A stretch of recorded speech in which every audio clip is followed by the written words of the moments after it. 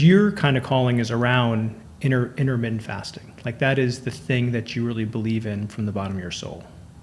Yeah, and, I think that people like to frame intermittent fasting as being new and novel. Mm-hmm. And I like to remind them that it's part of all the major religions. There is some part of fasting as a practice, as a spiritual practice. It is not new or novel. It is something that has been part of us, from the beginning of time, because we would not have sustained ourselves as a species if we couldn't go without food. Mm-hmm. Our bodies are exquisitely attuned to be able to use fat as a stored source of fuel.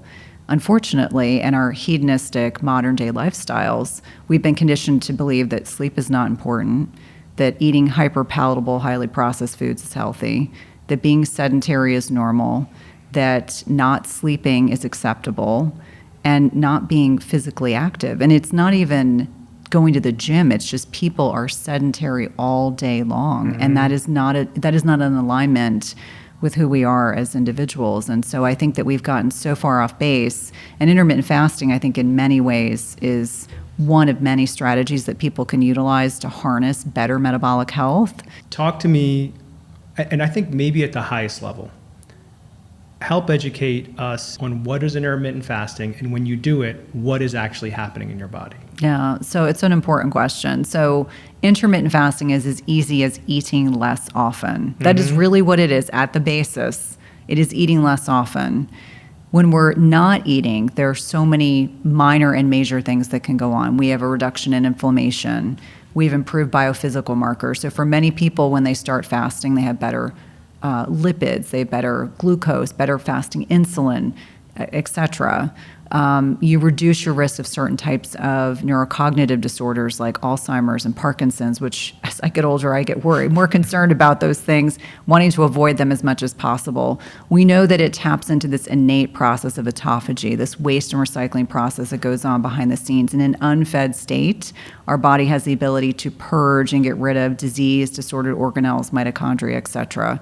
That has the potential to go on and create disease.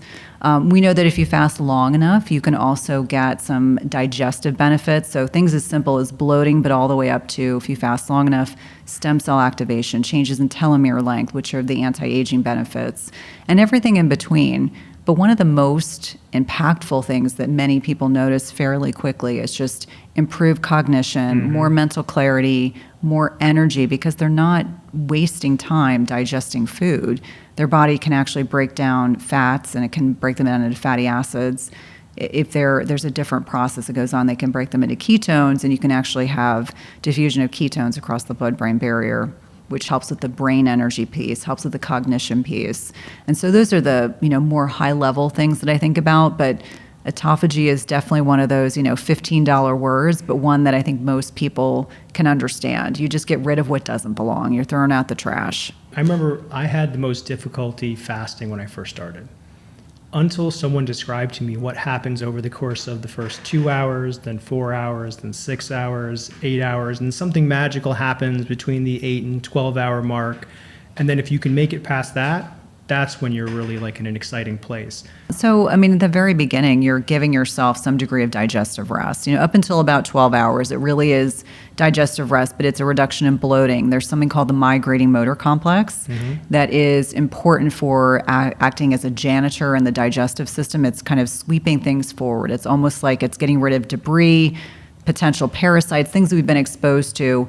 And when we're eating more frequently than every 4 to 5 hours, you're shutting down your body's innate ability to tap into the migrating motor complex. And this is something that I think even a lot of clinicians forget about, that this is the way our bodies are designed to thrive, to give it time to kind of push things through.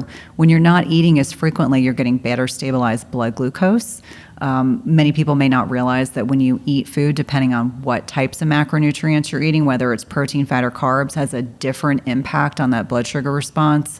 And so over time, if you're allowing your blood glucose to come down, insulin's secreted to bring your glucose to come down, people will have that improved mental clarity. They'll have more energy. They won't get hangry. Mm-hmm. I think we all have family members or friends that we know that get a little bit grumpy when they don't eat. Guys, yep. And so, that variation from 4 to 5 to 6 hours longer can be beneficial, but right around that 12-hour mark is when people will say like, oh, I have so much less bloating. I didn't realize that that was normal. Or they have a lot of constipation or diarrhea. They have alterations in their kind of bowel habits. When we're talking about like the big, benefits, if you look at the research, autophagy is really upregulated the longer you're fasting. So you're not getting autophagy at 12 hours, but closer to 18, 20, 24 hours, the process is starting to kind of unwind itself. And so I think for a lot of individuals, they'll say, oh, I can't fast for more than 12 hours, so I'm not getting any benefits. And I'm like, listen, digestive rest is an important one because we as a culture have just gotten very accustomed to eating far too frequently, far too much, and eating the wrong types of foods, which is eroding our metabolic health amongst a myriad of other problems.